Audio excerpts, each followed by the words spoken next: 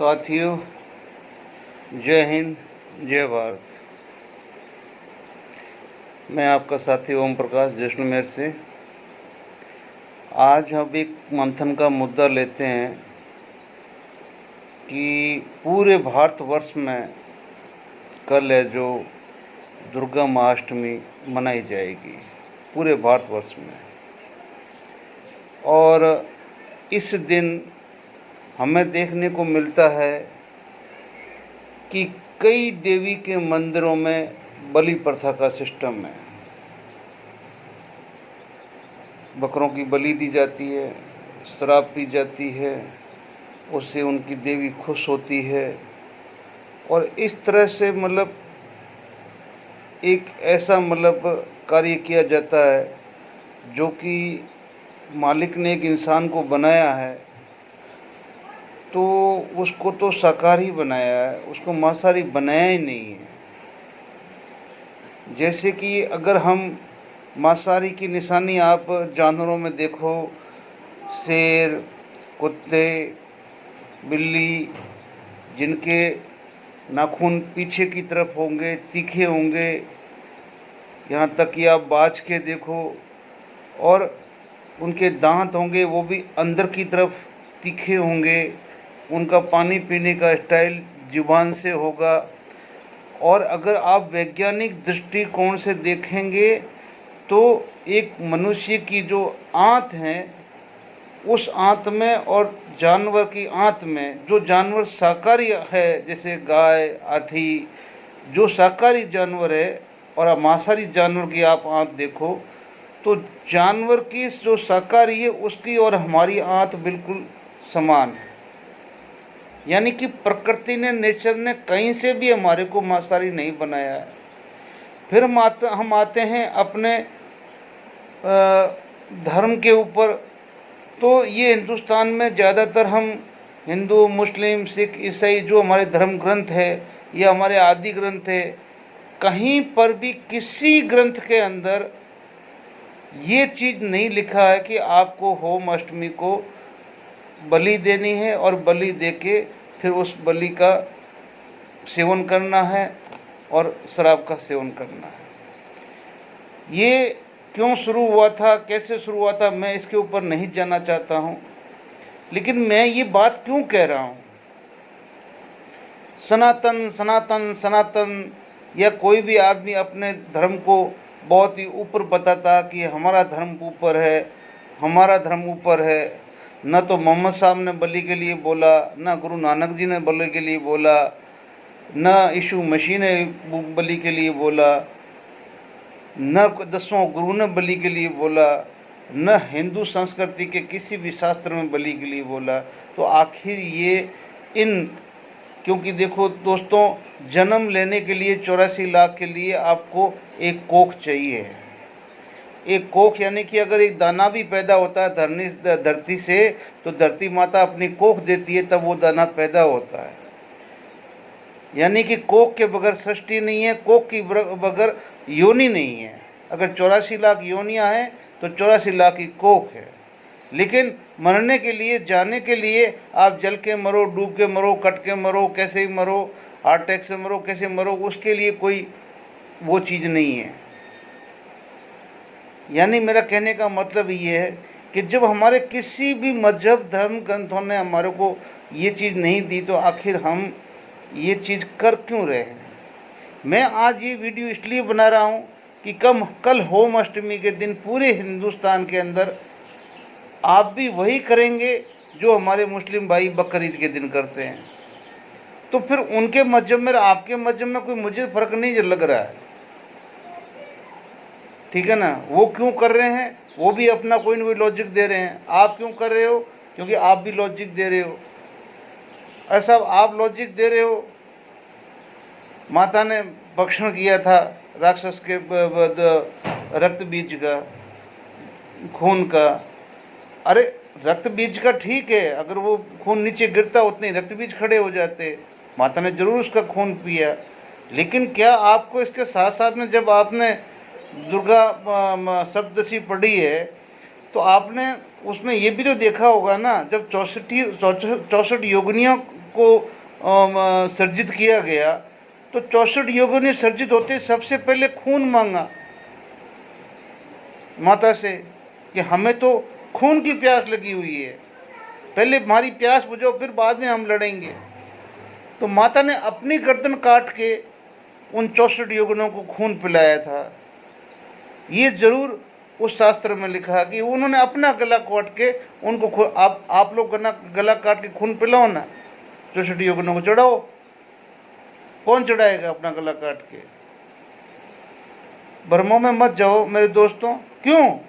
कि दूसरे ही दिन आप सृष्टि के सबसे बड़े अवतार, सृष्टि के सबसे बड़ा रचयिता, सृष्टि के सबसे बड़े दशावतार भगवान राम का जन्मदिन मनाते हो, रामनवमी मनाते हो। और पहले दिन आप सारे ही ये कृत्य करते हो, और दूसरे दिन वही जो इस शरीर को हरि मंदिर कहा गया है, ठीक है ना, नर नारायणी देह कहा गया है, भगवान ने अपना रहने का ठिकाना बताया है, और उसको इतना अपवित्र करके और दूसरे दिन आप भगवान के मंदिरों में पहुंच जाते हो। तो कहाँ से आप सोचते हो कि भाई हम तो सनातनी हैं? आपकी सनातनी की डेफिनेशन कहीं लागू होती है? यहाँ पे कहीं परिभाषा लागू होती है कि आपने 24 घंटे पहले क्या किया है? एक अबूझ जीव को मार के, काट के, खा के, और उस दूसरे दिन आप रामनवमी का जश्न मना रहे हैं। खुशी होती ना आपको? ऐसा है ना कि कर्म का फल तो हमें भोगना ही पड़ेगा। आज उसकी गर्दन कटी है, कल हम उस योनि में जाएंगे, हमारी गर्दन कटेगी। उस टाइम हम बोल नहीं पाएंगे, लेकिन हम उन चेहरों को पहचान लेंगे कि भाई काटा था मैं नहीं, अब मेरे को काट रहे हैं।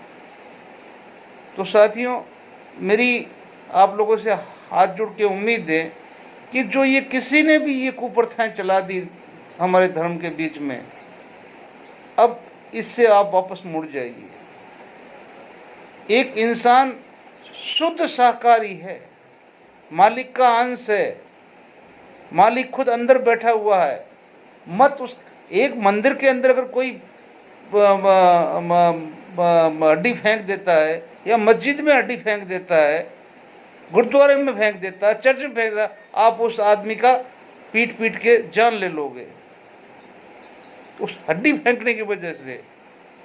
और जो आप अपने अंदर दे रहे हो, तब आपको कोई पश्चाताप नहीं होता है।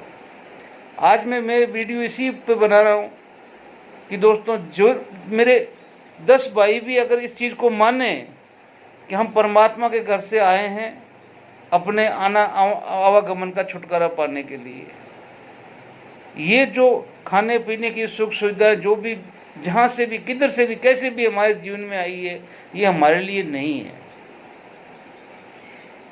ठीक है ना। जिनके लिए है, अब ताकतवर तो हाथी भी कितना बड़ा ताकतवर है, वो शुद्ध शाकाहारी है, आप देखिए आप। लेकिन ये जो चीज़ें हैं, ये ज़िंदगी की गलत चीज़ें हैं। लेकिन मैं यही कहता हूँ कि रामनवमी का दिन, दूसरे दिन सुबह आप नहा धो के कहाँ से पवित्र हो जाओगे भाई? अंदर तो आपके वही हड्डियाँ पड़ी हुई है, वही एक मासूम और खामोश जीव का मांस के लोथड़े आपके अंदर है। पचे नहीं पचे, कैसे भी आप भगवान राम मंदिर के में पहुँच रहे हैं और अपने आप को सनातनी बता रहे हो, तो भाई इस आडंबर से बाहर निकलो, अपने आप को सही सनातनी, सही इंसान, मैं सभी कौमों को बोल रहा हूँ, ठीक है ना। अरे भाई साहब, अगर भगवान श्री कृष्ण ने गायें चराई तो मोहम्मद साहब ने भी तो गायें चराई। ये मेरे मुस्लिम भाई क्यों नहीं समझते हैं? क्यों? मोहम्मद साहब ने दूध से आबे हयात नहीं बनाया। मोहम्मद साहब ने, जिसको हम अमृत कहते हैं, उस अमृत को नहीं बनाया गाय के दूध से। बताइए आप, पढ़िए, या ऐसी कोई भी आयत मुझे बता दीजिए, उस आयत के अंदर लिखा है कि आपको बलि दे के खाना, ठीक है ना। तो कृपया, मैं जितने भी मेरे भाई अगर समझते हैं मेरी बात को उचित, तो कल मांसाहार का सेवन ना करें, और जो अगर मांसाहार का सेवन करें तो परसों रामनवमी में वो मंदिर ना जाएं। क्यों? कि जब आप अपने अंदर बैठे हुए, आपके मंदिर के अंदर बैठे हुए परमात्मा को भी आपने नहीं बख्शा, तो फिर वहाँ जाके क्या पालोगे भाई? वहाँ कुछ नहीं मिलने वाला है। फिर आप उस रामनवमी को भी घर में बैठ के एक मुर्गा काटो, आराम से पकाओ, खाओ, मौज करो। क्यों? कि करनी आपो आप, कौन बेटा कौन बाप। जो आप करोगे आप ही भोगोगे, और भोगना पड़ेगा आपको एक दिन। इसलिए चाहे मुझे आप अच्छा बोलो, बुरा बोलो, गाली दो, मुझे कोई फर्क नहीं पड़ता, लेकिन सत्य यही है, सनातन यही है, सृष्टि का संदेश यही है। जिसके लिए जो चीज़ बनी है वो उसका भक्षण करेगा, लेकिन हम इंसानों के लिए ये चीज़ नहीं बनी है। ये हमारी कौमें, मजहबें सब बाद में हैं। वहाँ मालिक के दरबार में जाने के बाद में हमसे कोई कौम, मजहब, स्थान नहीं पूछता कि तू कौन सी कौम से आया, कौन सी मजहब से आया, कौन से स्थान से आया है। वहाँ तो हमारे कर्मों का हिसाब था, हमारे सामने पड़ा रहता है, और उस कर्मों के हिसाब से हमें अपना अगला रास्ता दिखा दिया जाता है कि जाओ कुत्ते में, जाओ बैल में, जाओ बकरे में, जाओ गधे में, जहाँ जाना वहाँ जाओ। अगर आप मानते हैं कि ये सृष्टि कर्म सिद्धांत के ऊपर आधारित है, तो मेरी बात को आप मानिए। क्यों? कि कर्म सिद्धांत प्रतिपादित हर ग्रंथ में है। कर्म सिद्धांत आप चाहे गुरु ग्रंथ साहब पढ़ लीजिए, उसमें कर्म सिद्धांत है। आप कुरान पढ़ लीजिए, कर्म सिद्धांत है। आप जो बाइबल पढ़ लीजिए, कर्म सिद्धांत है। हमारी गीता, मत, भागवत, कुछ भी पढ़ लीजिए, कर्म सिद्धांत है। कर्म सिद्धांत के अनुसार हमें ये चीज़ें बिल्कुल वर्जित है। और मैं हाथ जोड़ के अर्ज करूँगा, विनती करूँगा कि कल ऐसा कोई काम न करें, और करें तो परसों फिर रामनवमी के दिन अपने आप को सनातनी कहने का ढोंग न करें। जय हिंद, जय भारत, वंदे मातरम।